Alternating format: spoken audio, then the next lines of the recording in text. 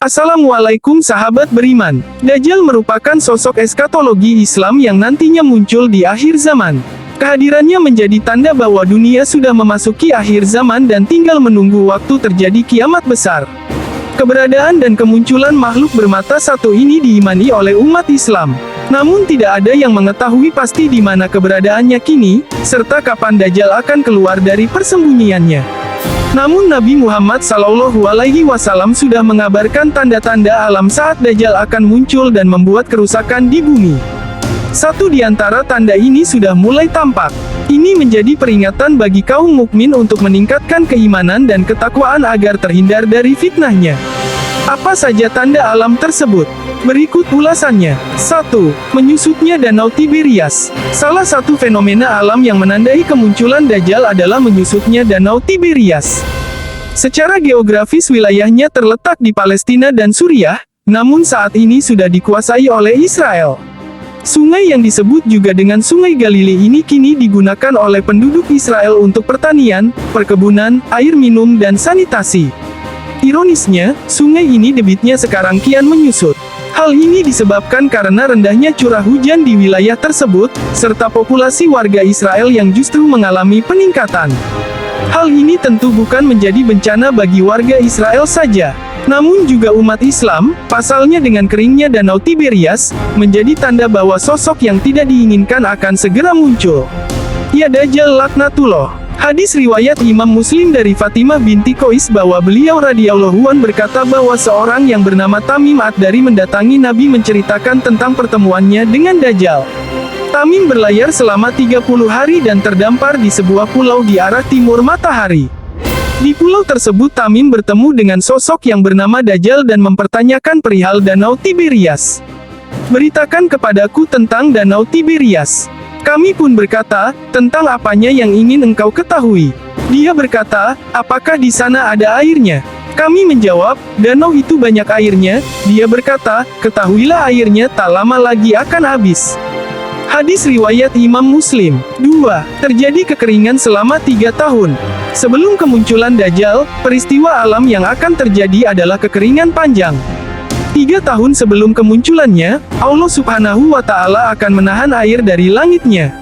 Kondisi ini terjadi secara bertahap, di mana pada tahun pertama, Allah menahan sepertiga dari air hujannya, pada tahun kedua, langit akan menahan 2/3 dari air hujannya, dan tahun ketiga, langit akan menahan air hujan semuanya. Tidak terbayangkan kondisi pada saat itu, mengingat air merupakan sumber kehidupan makhluk hidup yang ada di bumi. Nabi Shallallahu Alaihi Wasallam bersabda, 3 tahun sebelum keluarnya Ad-Dajjal, langit akan menahan sepertiga dari air hujannya, dan bumi menahan sepertiga dari tumbuh-tumbuhannya. Pada tahun yang kedua, langit akan menahan 2/3 dari air hujannya dan bumi akan menahan 2/3 dari tumbuh-tumbuhannya. Pada tahun yang ketiga langit akan menahan air hujan semuanya dan bumi juga akan menahan tumbuh-tumbuhan semuanya. Hadis riwayat Ahmad, dengan sanad la ba'sa bihi. Tahap-tahap yang terjadi ini memperlihatkan bagaimana skema perubahan iklim yang terjadi di bumi.